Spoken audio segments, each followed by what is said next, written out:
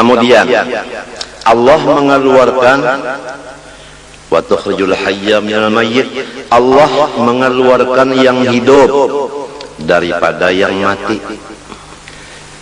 Itu telur sifatnya mati, tapi di dalamnya ada anak binatang seperti ayam yang hidup. Jadi ditutup yang hidup dengan yang mati. Yang hidup di dalam, yang mati di luar. Kemudian Allah mengeluarkan yang mati di dalam yang hidup.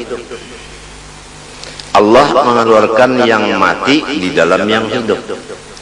Coba telur tadi mati keluar daripada ayam yang hidup.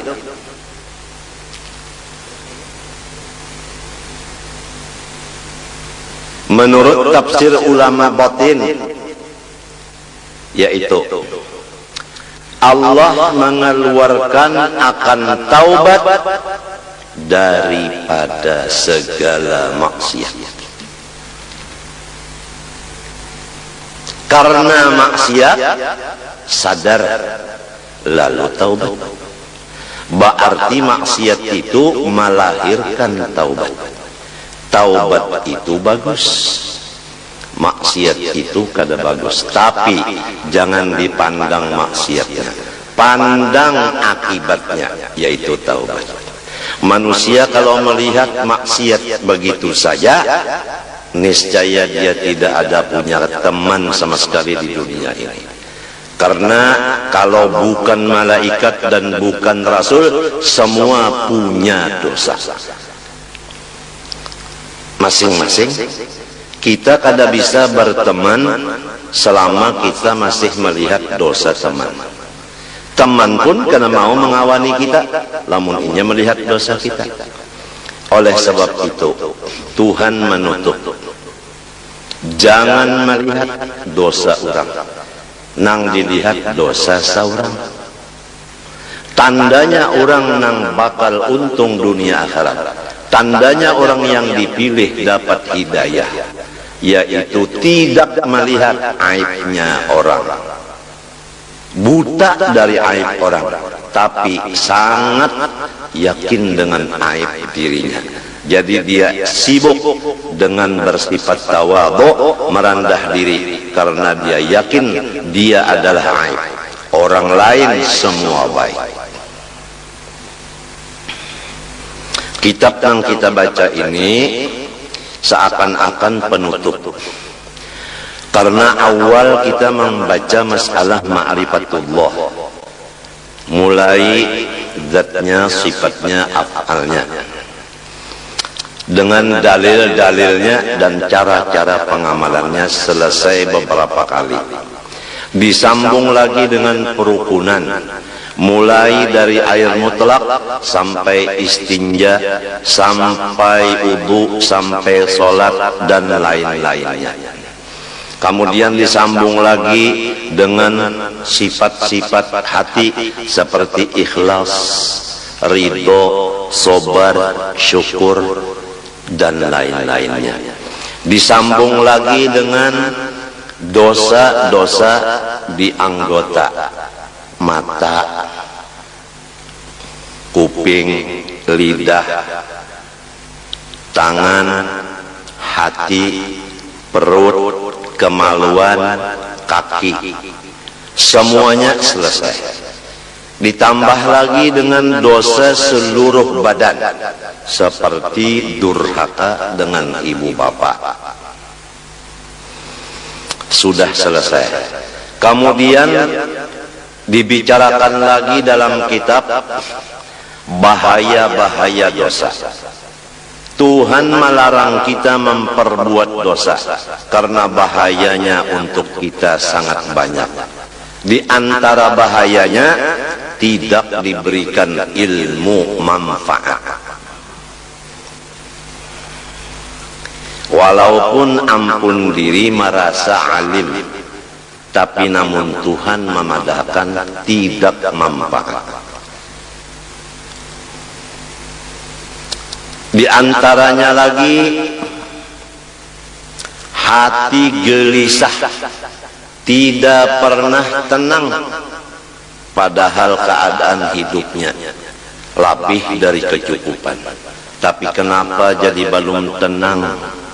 Apabila hati tidak tenang, ibadah tidak tenang, baca Quran tidak tenang, seakan-akan ada musuh di belakang, jadi mengejar membaca Qurannya dengan secepat-cepatnya. Sholat seakan-akan ada yang mengejar musuh di belakang, sholatnya cepat, tidak ada tenang.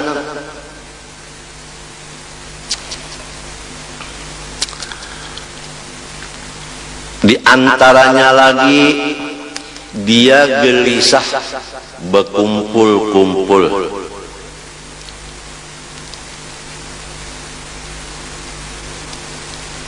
Memang orang salah, malu berkumpul orang lain. Itu akibat dosa. Di antaranya lagi rizkinya ditahan. Diumpamakan dalam hadis, kalau rezeki itu pakai tali rantai dari atas langit, sudah sampai ke tangan kita, lalu kita mengerja dosa, diangkat lagi rantai tadi, tidak nyampai.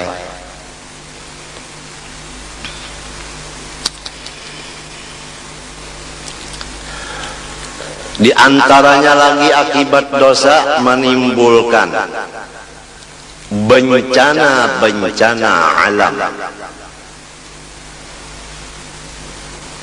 Kadang-kadang yang berbuat dosa si A, tapi si B, si C dan lain-lainnya kena bencana akibat perbuatan dosa orang lain.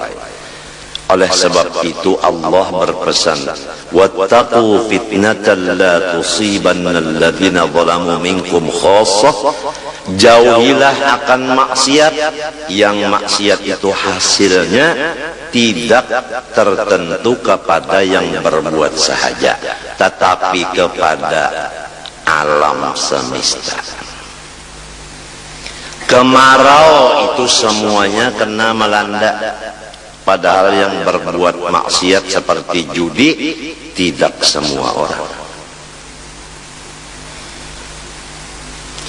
Krisis ekonomi dilanda oleh seluruh masyarakat, padahal bukan semua orang berzina.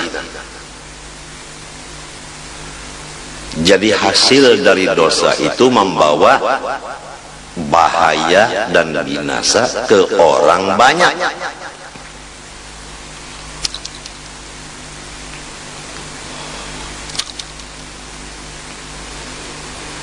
Kemudian disambung lagi dengan pemisahan antara dosa besar dan dosa kecil.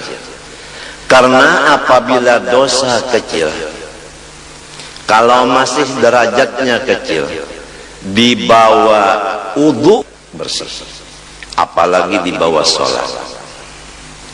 Tapi kalau dosa sudah menjadi besar, tidak bisa dibawa sholat selesai, kecuali melaksanakan taubat dan istighfar menurut cara-caranya.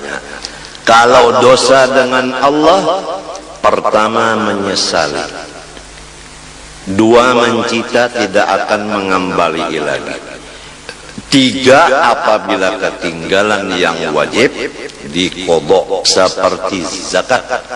Berapa tahun tidak keluar zakat, sekarang bayar yang beberapa tahun itu diqodok.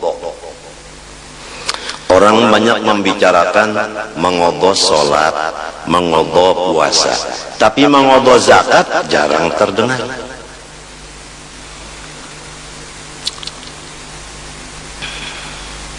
Menuntut ilmu agama yang fardu ain, berapa tahun kita meninggalkan? Dari umur 15 kita balik, sekarang umur 40. Baru umur 40 duduk di majelis ilmu, berarti 25 tahun kita mengodok semestinya. Dan semestinya dari umur 15 tahun balik berakal sudah mengaji ilmu agama. Tapi kenapa jadi umur 40 baru menuntut? Dosa kita 25 tahun.